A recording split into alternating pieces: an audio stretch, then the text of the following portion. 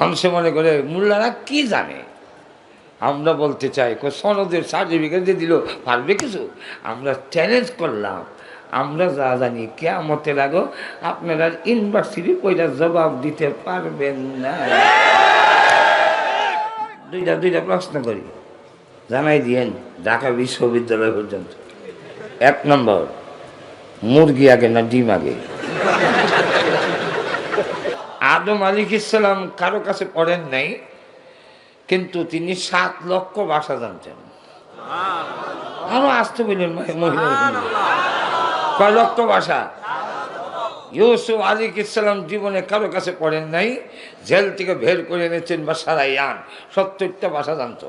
70 ভাষায় কথা বললো, উনি 70 ভাষায় জবাব দিলেন। ইউসুফ নবী যখন 71 ভাষা আরবি শুরু করলেন, বাদশা কয় হাফেন, আমি আর জানি না। ইউসুফ নবী কয় আমার শুরু। ঈসা আলাইহিস সালাম শুরু বাচ্চা, মা নিয়ে দিলেন এক শিক্ষকের কাছে, আমার ছেলেকে একটু পড়াইয়া দেন। তো উস্তাদ বললো কও আলিফ। ঈসা আলাইহিস সালাম কয় আপনি আমার পড়াবেন? বলে হ্যাঁ। তো একটু ইন্টারভিউ নেই, পড়াইতে পারবেন কিনা। বলেন আলিফ পড়ার আগে জানতে চাই আলিফটা খাড়া কেন? অন্য অক্ষরগুলো লম্বা এইদিকে, এটা আমরা খাড়া কেন? আর বাম নিচের নক্তা, তার উপরে 2 নক্তা, আলিফের নিচের নক্তা নাই কেন? আলিফ যে কি বুঝাইছে? দেখেন উস্তাদ কয় আমাকেও জীবনে কেউ প্রশ্ন করছে না, আমিও করছি না, এই তুমি আজকে জীবনের প্রথম প্রশ্ন করলে। সুতরাং আলিফ তো আলিফেই, এমনি পড়ো। না আমি এমনি পড়বো না। তো দুর্বল শিক্ষকের নিয়ম হইল ছাত্রের প্রশ্নের জবাব দিতে না পারলে শেষ পর্যন্ত রাগ হইয়া কয় হেই তুই বলবে। ঈসা আলাইহিস সালামকে বলেন তুমি কই পারবা? ঈসা আলাইহিস সালাম কয় আমি একটা না অনেকটা কারণ কই পারবো। খুব বড় এইভাবে না, আপনি আমার জায়গায় আসেন আর আপনার জায়গায় আমারে বসান, ছাত্র হন। বাধ্য হইয়া ঈসা আলাইহিস সালামকে আসনে বসাইল ছোট বাচ্চা, আর শিক্ষক সামনে গেল, এইবার প্রশ্ন করেন, বলেন আলিফটা কি বুঝাইছে? উনি বললেন, প্রথম থেকে শুরু করলেন অনেক ব্যাখ্যা, এর মধ্যে একটা হইল ওয়াহদানিয়ত, আল্লাহর একত্ববাদ বুঝাইছে। আলিফ খাড়া থেকে বুঝাইছে আল্লাহর কোনো শরীক না। তখন শিক্ষক কয় তোমারে ফরামধুরের কথা, গোটা জাতিকে তুমি হলে তার বাবা মাফ পাই। আমাদের নবীর কাছে আসেন, মানুষে মনে করে মোল্লারা কি জানে। আমরা বলতে চাই সনদের সার্টিফিকেট দিয়ে দিল, পারবে কিছু? আমরা চ্যালেঞ্জ করলাম, আমরা যা জানি কিয়ামতের আগে আপনারা ইউনিভার্সিটি কইটা জবাব দিতে পারবেন না। দুইটা প্রশ্ন করি, জানাই দিয়েন ঢাকা বিশ্ববিদ্যালয় পর্যন্ত। 1 নম্বর, মুরগি আগে না ডিম আগে?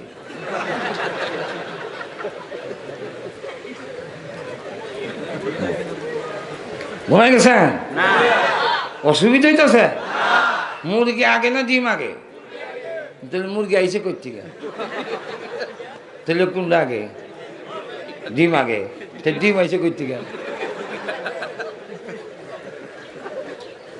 আমাদের মোল্লার কাছে না আইসা ভার্সিটি ওয়ালারা কিয়ামতের আগে ও জবাব দিতে পারবে না। নম্বর 2, আপনাদের দেশে হাঁস মুরগি আছে? হাঁসের ডিম দেয় কোন সময়? আল্লাহ তাও জানেন না? রাত্রে। মুরগে কেন? দুটা দিনে দিলে অসুবিধা কি, রাত দিলে অসুবিধা কি? একটা দিন একটা রাত কেন? কিয়ামতের আগে তারা জবাব দিতে পারবে না। দিলাম বলেন গিয়া ওইলে জবাব দেন। ঠিক না? আমাদের কাছে না আসা পর্যন্ত জবাব দিতে পারবে না। যা প্রশ্ন রাখলাম, সব কথা বললে ভবিষ্যতের দাওয়াতের কোনো আশা নাই। কথা বুঝলেন? কারণ এখন যারা ওয়াজ করে, অনেকের জন্মের আগ থেকে আমরা ওয়াজের বয়স, 32 বছর ধরে ওয়াজি করি, বুঝলেন না? আর শুধু জানা না, হোয়াইট হাউস পর্যন্ত। এই কিছুদিন আগে এক চিকিৎসা বিজ্ঞানী মুসলমান হয়েছে। কিসের উপরে? মুসলমানে হাসি দিলে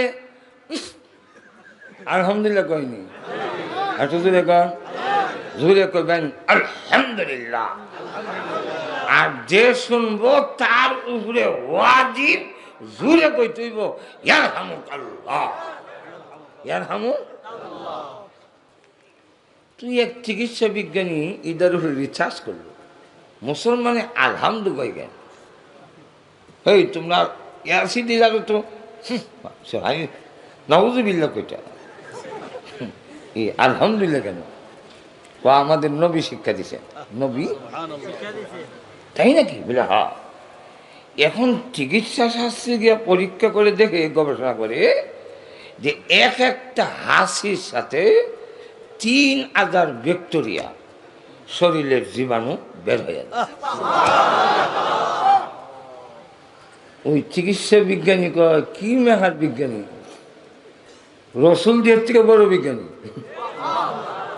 আজ থেকে 1500 বছর আগে উনি বলছেন হাসি দিলে আলহামদুলিল্লাহ কইল কেন? তোমার শরীর থেকে জীবাণু বের হয়ে গেছে। তাহলে বোঝা যায় আমরা যে সময় গবেষণা করতাম না, ওই সময় মোহাম্মদ জানত, কালিমা করে মুসলমান হয়ে গেছে।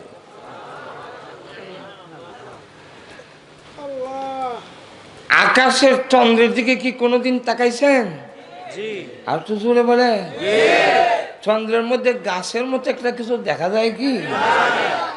আমার মাকে জিজ্ঞাসা করছিলাম, মা এই যে গাছ এটা কি? আমার মা বললেন, বাবা এখানে একটা গাছ আছে, আর একজন বুড়ি তাকে এখান থেকে সুতা ছাড়ে।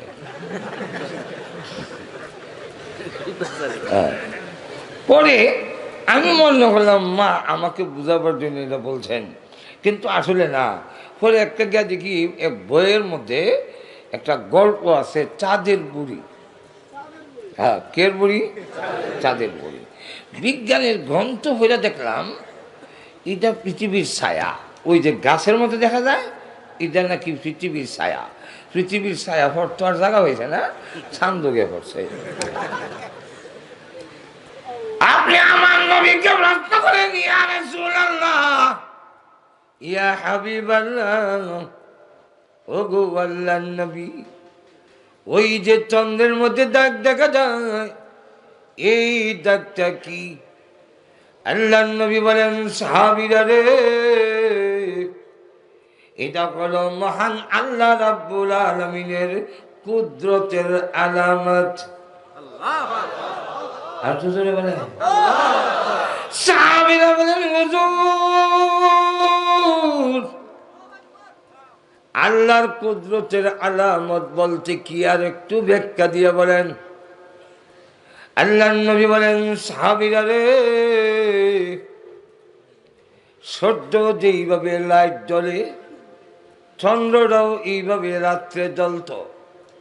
দুইটা লাইট দিনের রাইতে জ্বললে বান্দার ঘুমাতে অসুবিধা হবে। এই কারণে আল্লাহ জিবরাইলকে বললেন, তোমার নূরের পাখা দিয়ে চন্দ্রের মধ্যে 3 বার বাতাস দাও। সুবহানাল্লাহ বলবেন না? 3 বার বাতাস দাও। আমরা যেইভাবে কুপির আগুন, মোমবাতির আগুন নিবাই, জিবরাইল 3 বার নূরের পাখা দিয়ে বাতাস দিলেন। সঙ্গে সঙ্গে আলুটা বের হয়ে গেল, গরম বের হয়ে গেল। আল্লাহ বলেন, জিবরাইল সূর্যের সঙ্গে এই গরমটাকে মিলাইয়া দাও, আর চন্দ্রের মধ্যে একটা দাগ রেখে দাও। জামরাবাসীরা চন্দ্রের দিকে তাকাইয়া যেন আমি আল্লাহর শুকর আদায় করতে পারে, এই জন্যে আমি আল্লাহ চন্দ্রটাকে তাদের জন্য ডিম লাইট বানাইয়া দিয়েছি।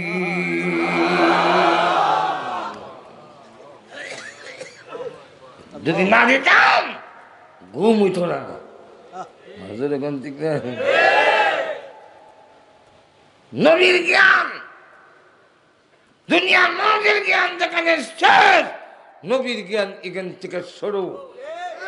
এই দৃষ্টিকোণ থেকে বলছি, সেরাক বিবির হুদ, গোলাম মর্তিজার ফুলা, গোলাম মোহাম্মদ কাদিয়ানি 3 বার মেট্রিক পরীক্ষা দিয়ে ফেল করিয়াছেন।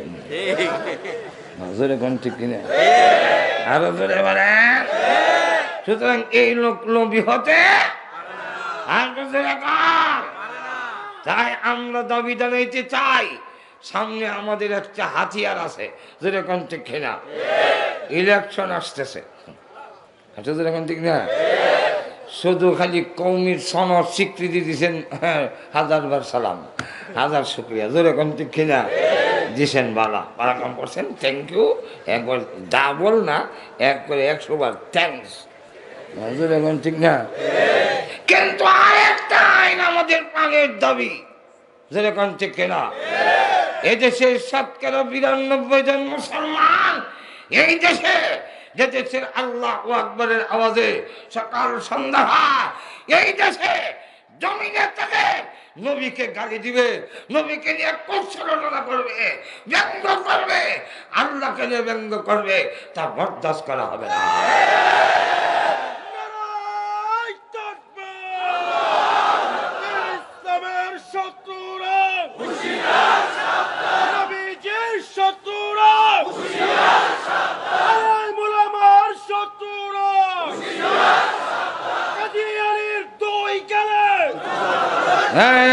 এই স্লোগান না, স্লোগান শালীনতা বজায় রাখতে হবে, কাফের হইল মাজর এখান থেকে, অশ্লীল স্লোগান না, মাজর এখান থেকে না। আমরা দাবি জানাই, ক্ষমতা যাওয়ার আমাদের কোনো লোভ নাই, আসলে এখান না। মন্ত্রী এমপির চাইতে নিচে আসি না উপরে, আর মন্ত্রী 5 বছর পরে শেষ, হয়তো আবার গদ্দিত নেই লালগড়, যেরকম ঠিক না? আজকের এই মাহফিলে কোনো মন্ত্রী আসতে হলে 5 লাখ টাকা আগে দিতে হবে, এরপরে আসার পরে টিউবওয়েল নাই, কালভার্ট নাই, ব্রিজ নাই, স্কুল নাই, দিতে হবে। আর আমরা কোথাও গেলে আধা মাইল দূর থেকে আগমন স্বাগতম, সৌভাগ্য স্বাগতম, লাল গোলাপ, কালা গোলাপ দাস, এরপরে আবার ভালো ভালো খাওয়ায়, বিদায়ের বেলায় পকেটে কিছু দেয়, আবার ফিডের মধ্যে 3টা মরও দেয়, মাঝের এখন ঠিক কিনা? দিয়া কবর কিচ্ছু দিতারলাম না, তা আমরা বলে দিয়ে আসি, না গতবার থেকে এবার ভালোই দিতাম, মাঝের এখন ঠিক কিনা? তুমি আর কি দিবা? আমাদের এলাকার এক মন্ত্রী মহোদয় না মারা গেছে, বলছিলেন যে কৌমিদ পড়ায়েন না, চাকরি হবে না, বোমা ফুটাবে। আমি বললাম, মন্ত্রী মহোদয়, যেই সম্পর্কে আপনার জ্ঞান নেই, কথা না বলা ভালো, যেরকম ঠিক না? এটা জ্ঞানী লোকের পরিচয়, আন্তর্জাতিকতা কেন না, বলে তাকফু মাল এই এলাকা বিয়েন, সেরকম ঠিক কিনা? আপনি 1000 টাকা ইয়ে পান, ভাতা পান, আমি তো কৌমি মাদ্রাসার ছাত্র, আমি একদিনও সরকারি মাদ্রাসা করছি না। আপনি ভাতা কত পান? 50,000। আমার প্রতি মাসে আপনি যা ভাতা পান, এটা গাড়ির সুঙ্গা দিয়া, 775 দিয়া দোয়া হয়ে যায়, মাজরে কোন ঠিক না? কিন্তু আমরা টাকার পিছনে ঘুরি না, টাকা আমাদের পিছনে ঘুরে।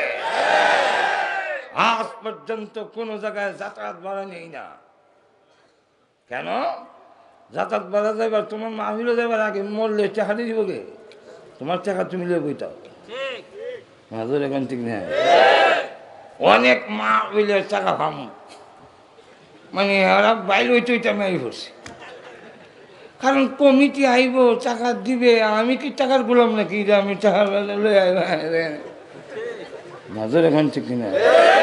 টাকা আমার পিছে ঘুরবে, আমি টাকার পিছে কেন? এখন টাকার বান্ডিল নিয়ে আমার পিছে ঘুরবে, আমি টাকার পিছনে যাবো কেন? এত দিতে হবে, এত করতে হবে। এইদিকে ভিক্ষা করো, ভিক্ষা করো, ব্রিজ বইয়াকে ভিক্ষা করো না। লক্ষ্য করেন, আমাদের চাকরির জন্য, মন্ত্রী হওয়ার জন্য, এমপি হওয়ার কোনো লোক নাই, এর থেকে বেশি মর্যাদায় আছি। কিন্তু আমাদের কথা হইলো, আপনারাই ক্ষমতা থাকেন, কিন্তু পার্লামেন্টে আইন তৈরি করতে হবে। আল্লাহ এবং রাসূলকে গালি দিলে শাস্তি দেওয়ার আইন করতে হবে। রাজি আছেন? এই আইনের জন্য, পাশ করানোর জন্য, নবীর ইশক মহব্বতে, আল্লাহর ইজ্জতের জন্য প্রয়োজন যদি হয়, আমারও রক্ত দিতে হয়। কারা কারা প্রস্তুত আছেন? হাত তুলে দেবেন।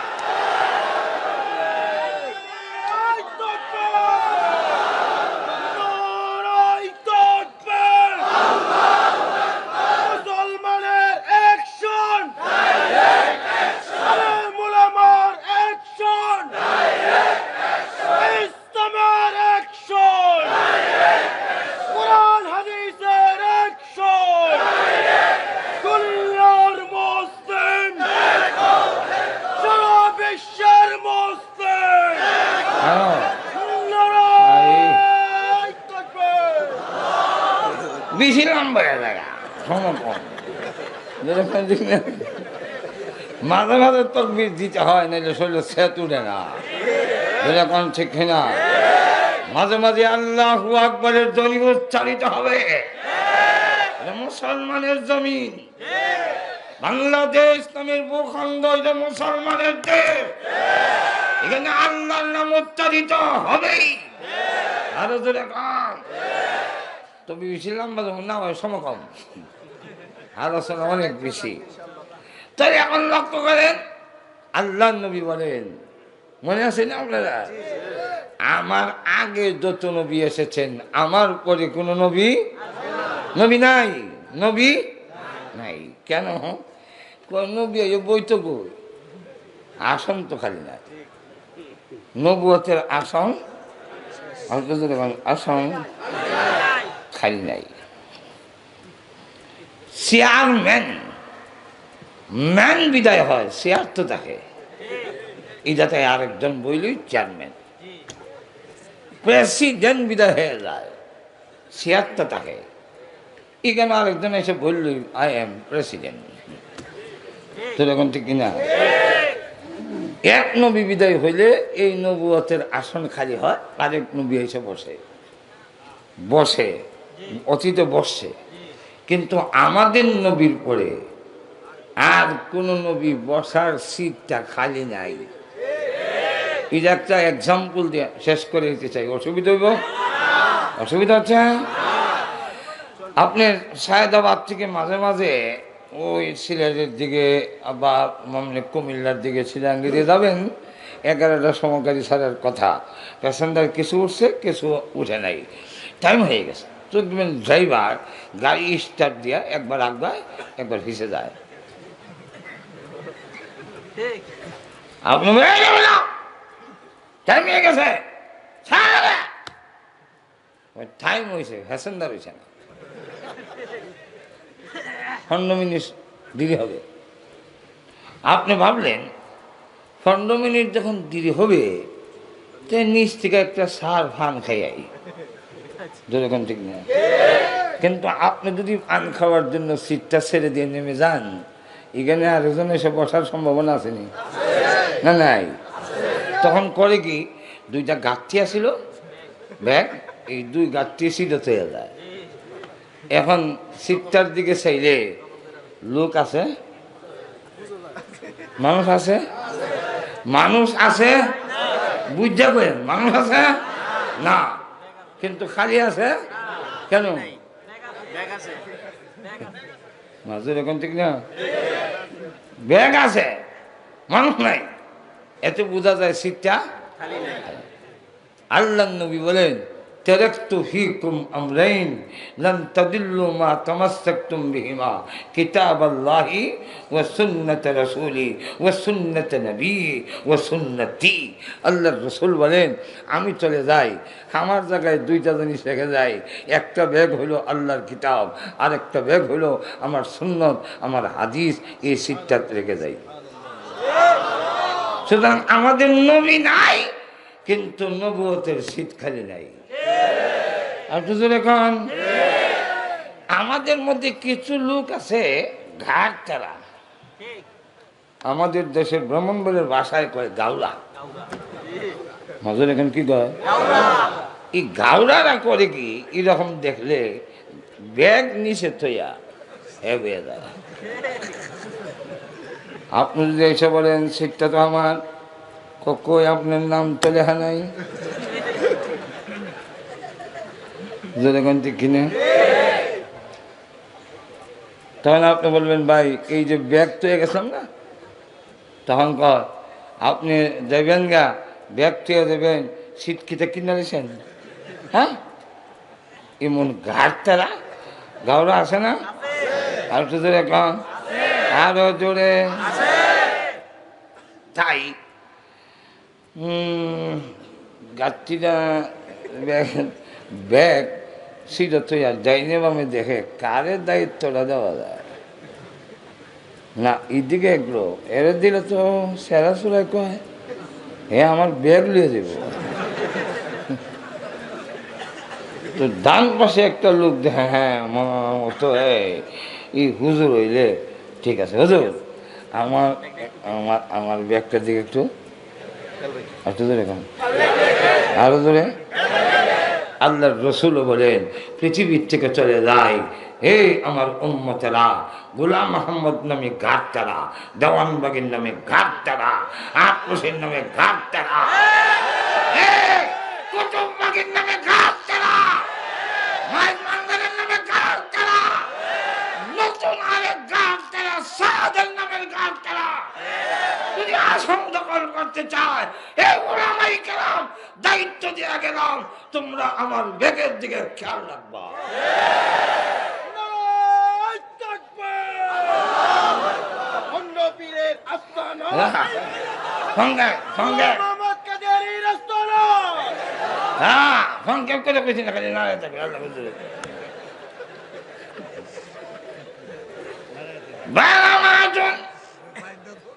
অনেক দূরে চলে গেলাম ভুইলা যাবেন তাফসীরে ইবনে কাসীরের মধ্যে এবং রিয়াজুস সালিহিনের মধ্যে উল্লেখ করেছেন নবী বলেন কিয়ামত পর্যন্ত যত নবী দুনিয়াতে আমার আগে যত নবী এসেছেন সকল নবী উম্মত সহ আমার সাথে মুসাফা করেছেন আমি তাকায়া দেখি কোন নবী 80 জন উম্মত কোন নবী 40 জন কোন নবী 20 জন কোন নবী 10 জন কোন নবীর নাই জন একজন হঠাৎ করে তাকায়া দেখি 6 লক্ষ উম্মত পিছনে নবী আগে আগে আসতেছে তাদের পায়ের আঘাতে ধুলাবালু অন্ধকার হয়ে যাচ্ছে আমি দেখে বললাম প্রভু গো ও প্রভু উনি কোন নবী এত উম্মত নিয়ে আসতেছে আল্লাহ বলেন উনি হলেন বনি ইসরাইলের বড় পয়গম্বর মুসা আলাইহিস সালাম ওনার উম্মতের সংখ্যা 6 লক্ষ আল্লাহ নবী বলেন আমার চেয়ে আলাদা মলিন হয়ে গেল প্রভু এত উম্মত যদি মুসা নবীর হয় কিয়ামতের দিন তো এত উম্মত আমার হবে না গো মাবুদ আল্লাহ এই সম্মান আমার হবে না মুসা নবী নিয়ে গেলেন আমার আপত্তি নাই হিংসা নয় কিন্তু আমার দুঃখ, আমার তো এত উম্মত হবে না। আল্লাহ ডাক দিয়ে বলেন, ও নবীজি, আপনার কি পরিমাণ উম্মত, আপনার উম্মত কে কে হবে তাদের ছবি লৌহে মাহফুজের মধ্যে লেখা আছে। লটকানো আছে। আপনাকে দেখে দেই, নবী গো ডান দিকে মাথা ঘোরান। নবীজি বলেন ডান দিকে মাথা ঘুরাইলাম, তাকায় দেখি শুধু মানুষের মানুষ, মানুষের ভিড়ের কারণে ডান দিকের আসমান আর দেখা যায় না। আল্লাহ ডাক দিয়া বলেন, ও নবীজি বাম দিকে তাকান। নবীজি বলেন আবার আমি বাম দিকে তাকাইলাম, তাকায় দেখি মানুষ আর মানুষ, মানুষের ভিড়ের কারণে বাম দিকের আসমান দেখা যায় না। আল্লাহ বলেন উপর দিকে তাকান, উপর দিকে তাকাইলাম, তাকায় দেখি মানুষ আর মানুষ, মানুষের ভিড়ের কারণে উপরের আসমান দেখা যায় না। আল্লাহ ডাক দিয়া বলেন, হ্যাঁ বিশ্বনবী রাহমাতুল্লিল আলামিন, মাত্র 6 লক্ষ উম্মত দেখে আপনার চেহারা মলিন হয়ে গিয়েছিল। নবী গো 6 লক্ষ নয়, 6 কোটি নয়, অসংখ্য অগণিত মানুষ যা দেখলেন এই সব মানুষ হবে আপনি বিশ্ব নবীর উম্মত। লৌহে মাহফুজের মধ্যে সব লিপিবদ্ধ, সুতরাং কোরআনও সেখানে রাখা।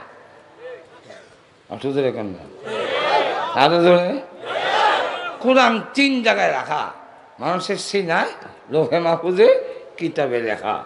3 জায়গায় কেন? কোনো এক জায়গার থেকে যেন কোরআনের একটা নক্তা জের জবর পরিবর্তন করতে যাক।